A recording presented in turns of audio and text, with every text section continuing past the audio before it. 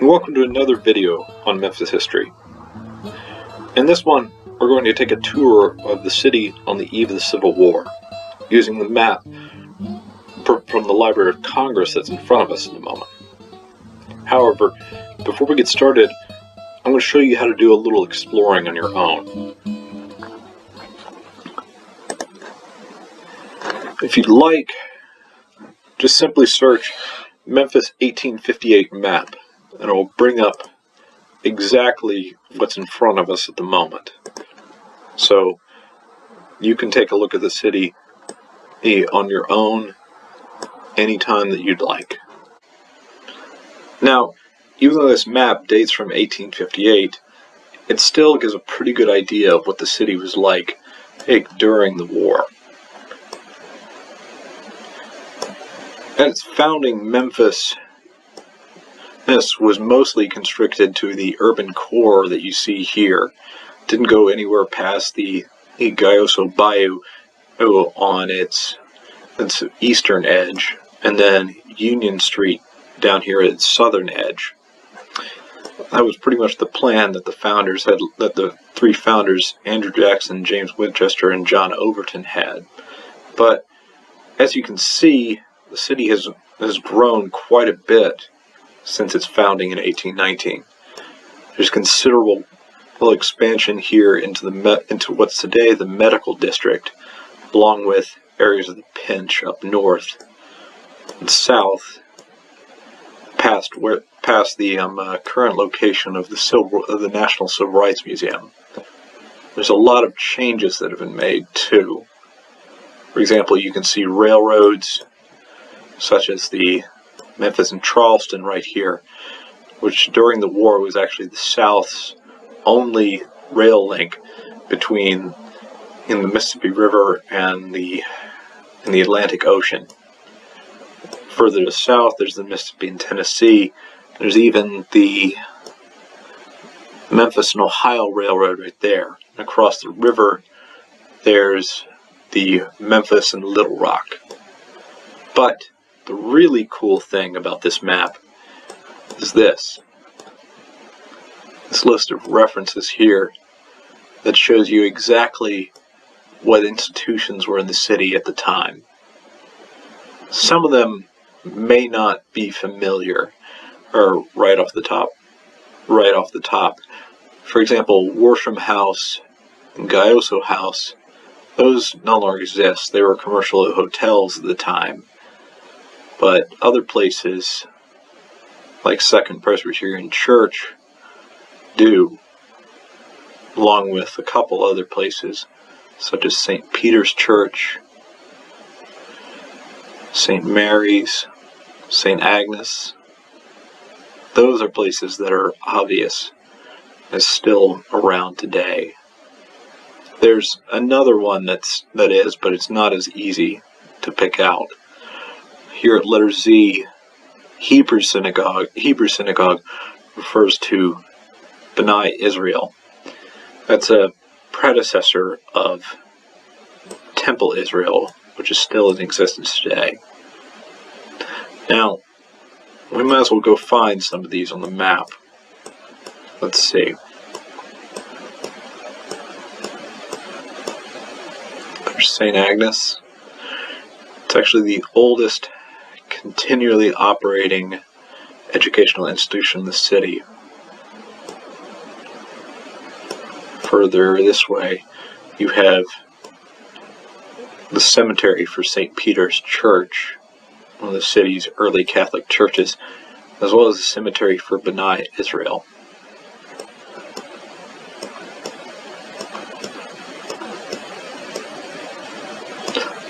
Down here you've got the Exchange Building, which was pretty much the center of the cotton trade during the pre-war era, which was the main industry in the city.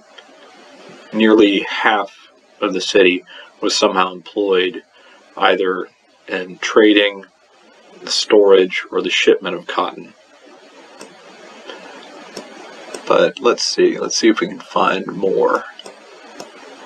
Right here, we've got letter Z, which is if I remember correctly, what it refers to B'nai Israel. There that is. And just a few blocks over, I don't know if anyone noticed, but we have Cavalry Church, which is also on the list, and which still exists in its exact same location today. And even though it's not listed, right next to Cavalry Church was the slave market of Nathan Bedford Forrest. In fact, there still stands in the same location today, right outside the Shelby County Courthouse, historical marker commemorating the thousands of people that Forrest and his partners sold into bondage over the years. Another historic site that's not listed on the map related to slavery is Collins Chapel, which is located today roughly here.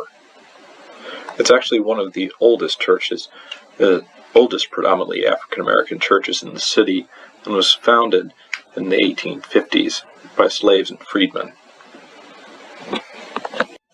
It's located right behind the upscale houses of Victorian Village, a number of which, such as the Mallory Neely House, are available for tours even today.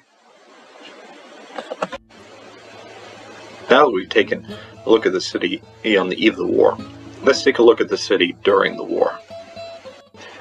Now, this map is relatively easy to find. It's also available via the Library of Congress. If you just use the search terms Map of Memphis and Vicinity of the Civil War, the second result will bring you to it.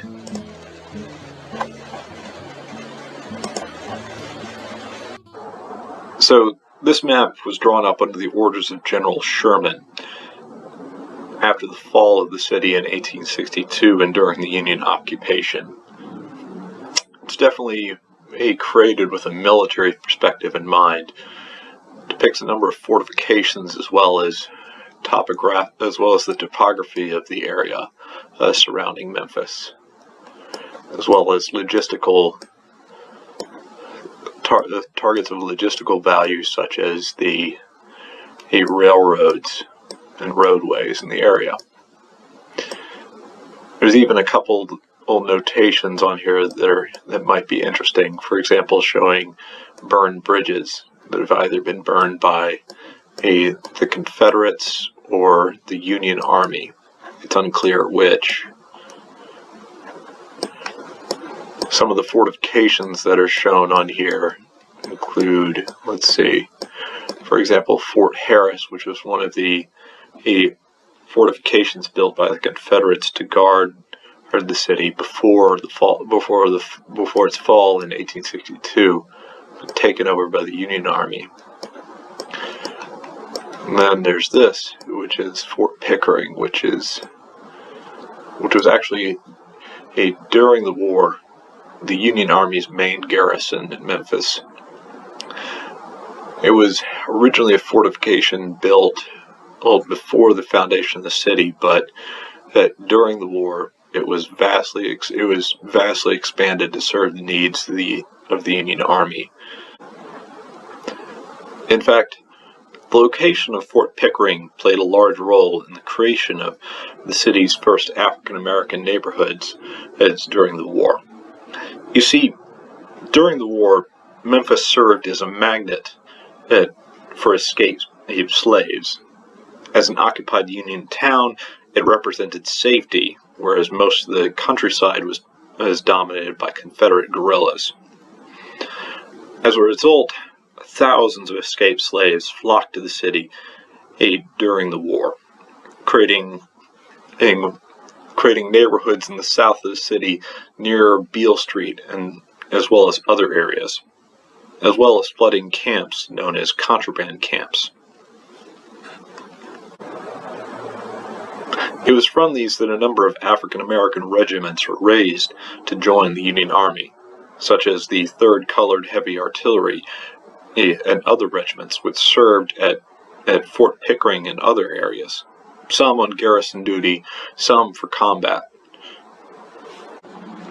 For instance, stamping out raids by Confederate partisans or guerrillas was a near constant mission of the Union Army. To do so, they oftentimes had to resort to tactics such as burning towns. Germantown, in its early years, was burned during the war, as Hopefield, Arkansas. It was considered by one of the Union commanders in Memphis to be a nest for guerrillas as to shelter in between raids. Now, if you're interested in further resources related to Memphis and the Civil War, or related topics such as slavery, there are a couple that might be worth checking out. One initial resource that might be extremely valuable to anybody researching this period is the Shelby County Register's website. For example, their archives section houses a number of historical documents that are perfect for anyone looking for material on Memphis and the Civil War. For starters, we're going to look at their city directories. Although at the moment these have to be accessed through a back route through the website. Unfortunately, you have to go through birth records as opposed to the normal old direct route. And I'll show you the trick. Right here you go to the back button and it brings you to a back way into it. And from here you can take a look at city directories prior to the Civil War or afterwards if you're interested.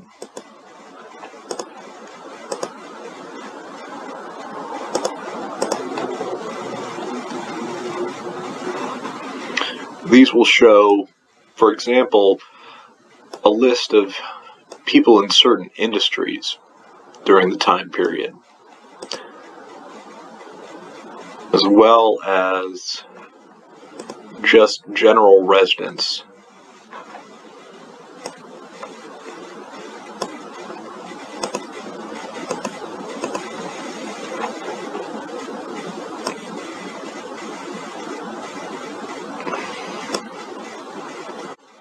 Another cool resource is the police blotter from a couple of years before the war.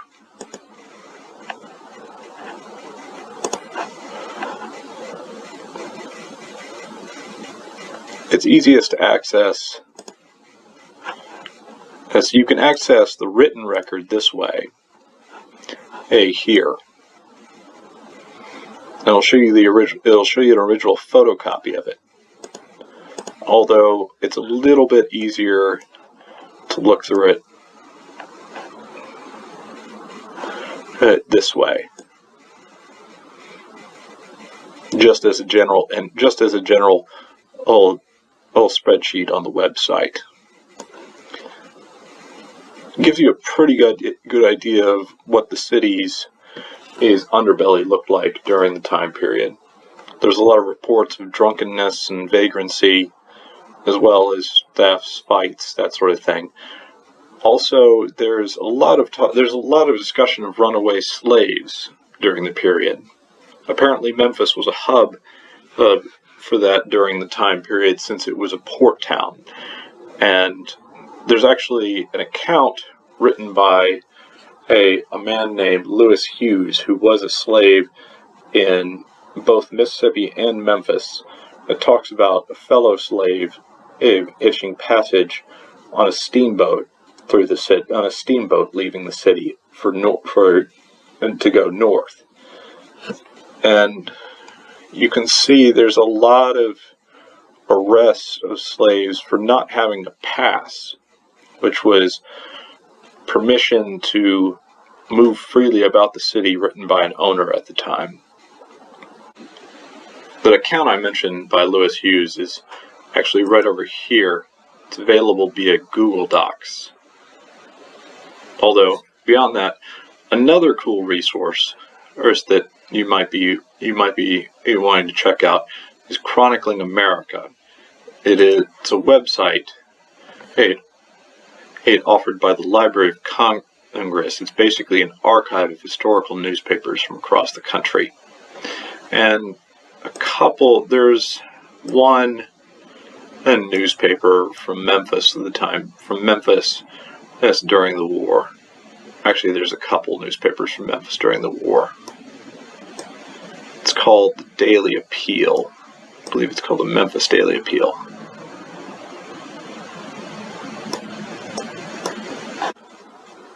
That should give you a pretty good idea of some of the resources that are available. Well, I hope this has been fun. Once again, this has been the History Department, the Memphis Public Library, bringing you a tour of the city during the Civil War. And if you have any questions related to Memphis history or genealogy, don't hesitate to ask us by emailing us via hisref, HISREF, at memphistn.gov, as displayed on the screen. As well, you can also contact us via the Ask a Question link on the library's website.